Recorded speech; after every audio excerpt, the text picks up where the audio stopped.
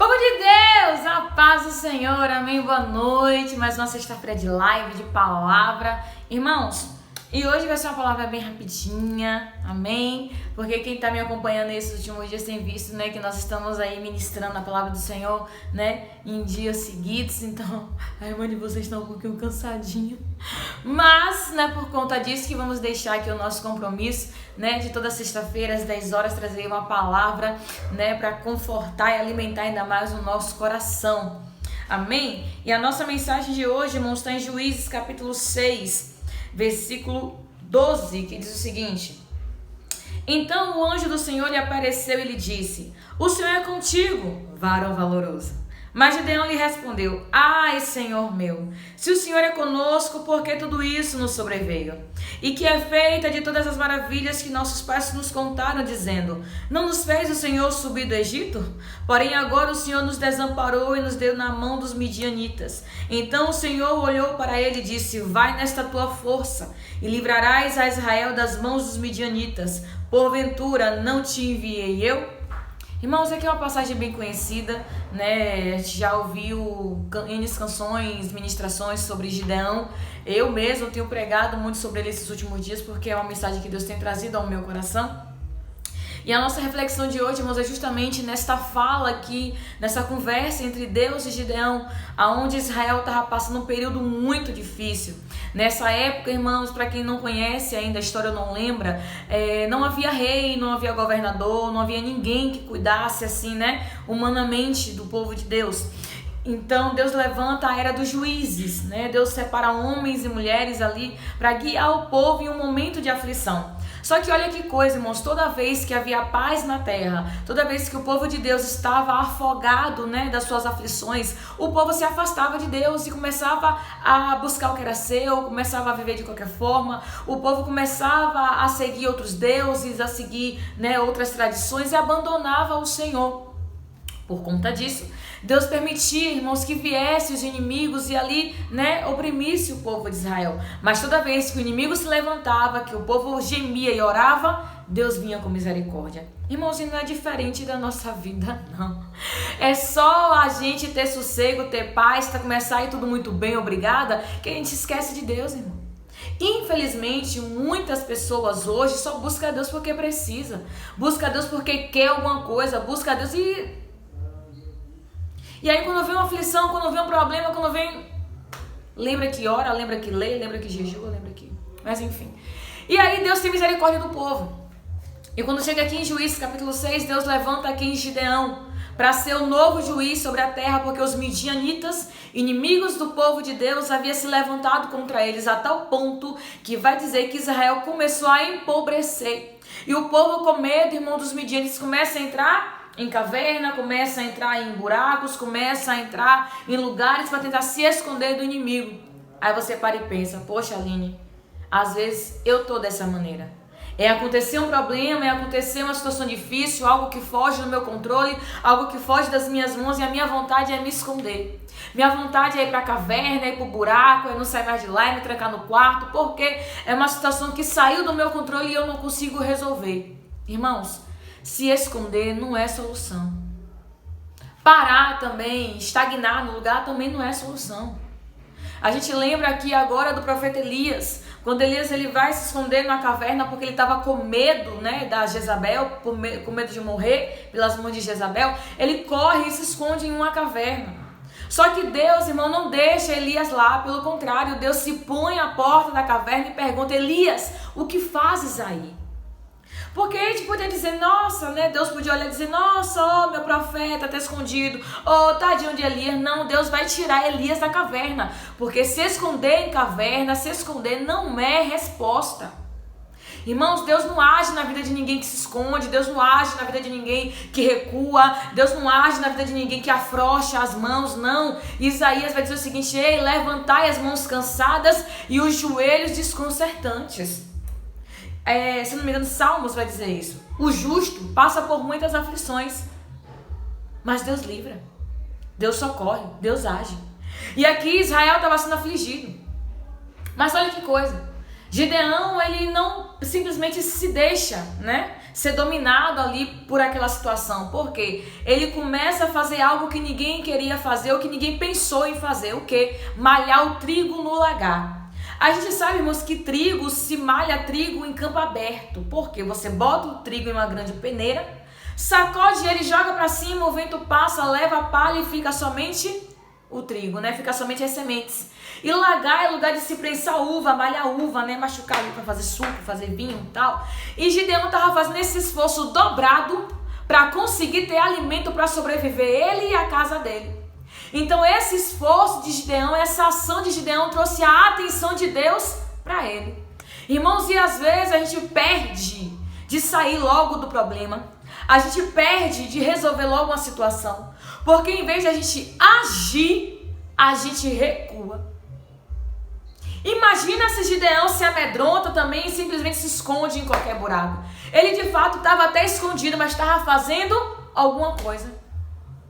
Gideão até entrou, irmãos, ali em um lugar subterrâneo, um lugar escondido, de difícil acesso, mas Gideão estava fazendo alguma coisa. Qual é a mensagem para o nosso coração hoje? Até que a gente vá para o nosso quarto, porque é isso que Jesus ensina. Ei, quando você for orar, entra no teu quarto, fecha a tua porta, mas você não vai só entrar no quarto, fechar a porta, se jogar na cama ou se jogar no chão, não. Você vai orar e o teu pai que te vê em secreto, em público, vai lhe recompensar. Não é só se esconder, irmão, não é só se lançar, não é só se trancar e fazer, ainda que você vá, né, para o seu quarto de guerra, a sua cozinha de guerra, a sua varanda de guerra, não sei, mas faça alguma coisa. Não permita, irmãos, o inimigo roubar a tua alegria, roubar o teu bom ânimo, roubar a tua família, o teu casamento. Não, faça alguma, porque Gideão aqui, mesmo com o inimigo ao redor, mesmo com o inimigo ali, irmão, devastando a terra, Gideão mesmo escondido, mas ele estava fazendo alguma coisa. E essa alguma coisa chamou a atenção de Deus, ao ponto que Deus se apresenta para Gideão e fala: ei, Deus é contigo, varão valoroso. Deus é contigo, homem de valor. Mesmo que Gideão não se sentisse assim, irmãos, mas Deus o via dessa maneira. Deus o enxergava dessa forma. E às vezes a gente passa, irmão, por algumas aflições, alguns problemas que acabam nos rebaixando de tal maneira que a gente não consegue mais se ver como alguém forte, como alguém valoroso, como alguém capacitado por Deus, porque a luta, né, o diabo ele tem esse poder, irmão, de transformar a nossa mente, né? É o que o pessoal diz ainda, é o mal do século, é o que acaba abrindo portas, né, para uma depressão, para uma ansiedade, porque a pessoa começa a se sentir sem valor, começa a se sentir incapaz, começa a se sentir inútil. E Gideão, por mais que ele não se visse ou não se sentisse assim, mas Deus o enxergava dessa maneira, homem valoroso. Irmãos, eu não sei o que você tem passado e o que isso tem causado dentro de você, mas você é um varão valoroso, uma varoa valorosa aos olhos de Deus.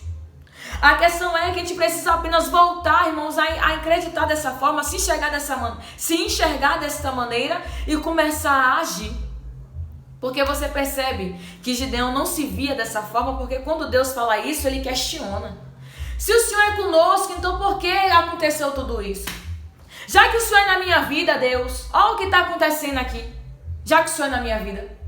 Irmãos, e vê se não é uma fala minha, uma fala sua. Toda vez que a gente passa um problema, uma aflição, um vendaval, que alguém até tenta nos animar, né, com a palavra, não, Deus é na tua vida, Deus é contigo, se anima, se alegra, aí você pode pensar, Deus é comigo, a minha vida como tá. Deus é comigo, a minha casa, a minha saúde, o meu trabalho, a minha... Mas, irmãos, não é o que eu acho, eu deixo de achar, é o que Deus vê, é como Deus enxerga, é como Deus está falando e é assim que tem que ser. Eu sei que às vezes é difícil, irmãos, olhar para a nossa realidade e enxergar o diferente disso, porque o ser humano é muito por vista, é muito por sentimento, mas que bom que a palavra diz que a gente não vive por vista, a gente vive por fé. E uma vez que você vive por fé, irmãos, você começa a enxergar saída onde não tem saída. Uma vez que você vive por fé, você enxerga a solução aonde você parece que não tem solução, porque não é você. É a tua fé no Senhor, Deus Todo-Poderoso, que te move a enfrentar o problema dessa forma e sair vencedor.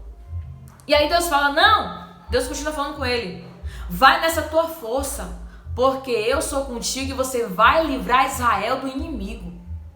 Você vai livrar Israel desse problema, Gideão. Irmãos, e que bom que a palavra do Senhor fala que quando a gente está fraco, é aí que a gente está forte.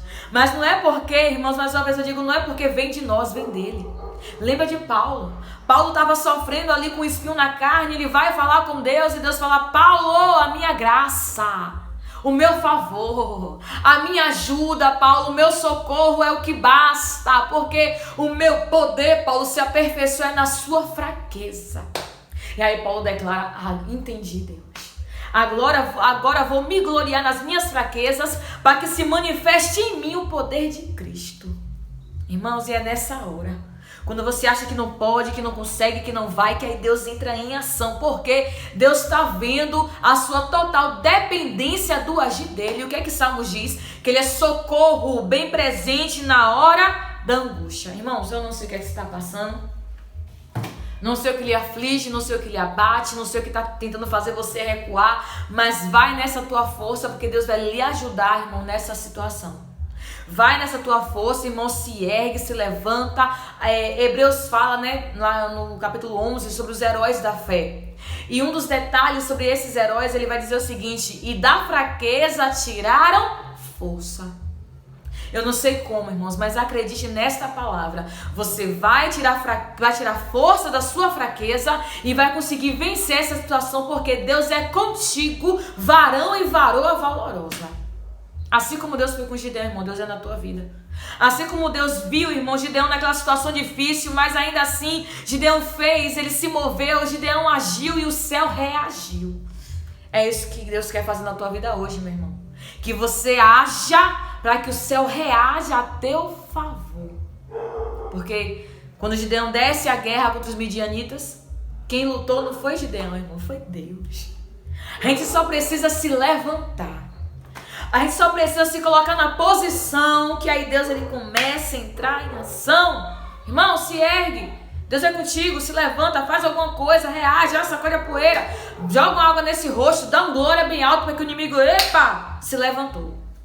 Para que o inimigo possa entender, começou a reagir, vou ter que recuar. Porque, irmãos, é nessa hora que de fato a gente confunde o nosso inimigo, que é assim. Quando ele acha que ele, conseguiu nos parar, quando ele acha que conseguiu nos paralisar, não, a gente levanta na fúria de uma leoa parida, dando glória, dando aleluia, dando rajada de língua e louvando ao nome do Senhor, porque a gente confia que a vitória é certa. Irmãos, confia. A vitória é certa. Não deixa o medo te parar. Não deixa a angústia, a aflição te parar. Não. Você é valoroso, você é valorosa. Repita isso, estufa o peito, respira fundo e diz: eu sou valoroso. Eu sou valorosa porque Deus é comigo. E vai ser nessa força aí mesmo, nessa fé mesmo que tu vai ver o milagre acontecer. Quando você se colocar em posição de guerra e deixar Deus lhe guiar. Amém? Se levanta, irmão. Vamos orar em nome de Jesus. Pai, obrigada por essa palavra, obrigada por essa reflexão. Que o Senhor possa, Deus, neste dia, nessa noite, Deus, sacudir a nossa estrutura. Meu Pai, nos levantar, nos erguer, nos renovar. Vim com tua força, vim com tua graça. Deus, Paulo disse: fortalecei-vos no Senhor e na força do seu poder. Pai, é no teu poder. É na tua força, é na tua palavra. Então Deus, anima o meu irmão, anima a minha irmã agora, renova ele, renova ela, porque Pai, é desse jeitinho aí, Senhor, que o Senhor vai dar a vitória, porque não vai ser na força da mão dele, não vai ser na força da mão dela, vai ser na força da mão do Senhor. Pai, vem agir, vem trabalhar, vem manifestar o teu poder na vida dos meus irmãos nessa noite. E eu já lhe agradeço, Pai, porque esta pessoa irá contar testemunho, irá fazer culto de ação de graça, irá dar glória ao teu nome, porque tu entrastes em ação nessa noite para fazer o milagre acontecer. Pai, obrigada, meu Deus, em nome de Jesus. Amém. Amém? Irmãos, que Deus abençoe a vida de vocês. Tenham um final de semana de bênçãos para a glória de Deus. Amém? Um beijo.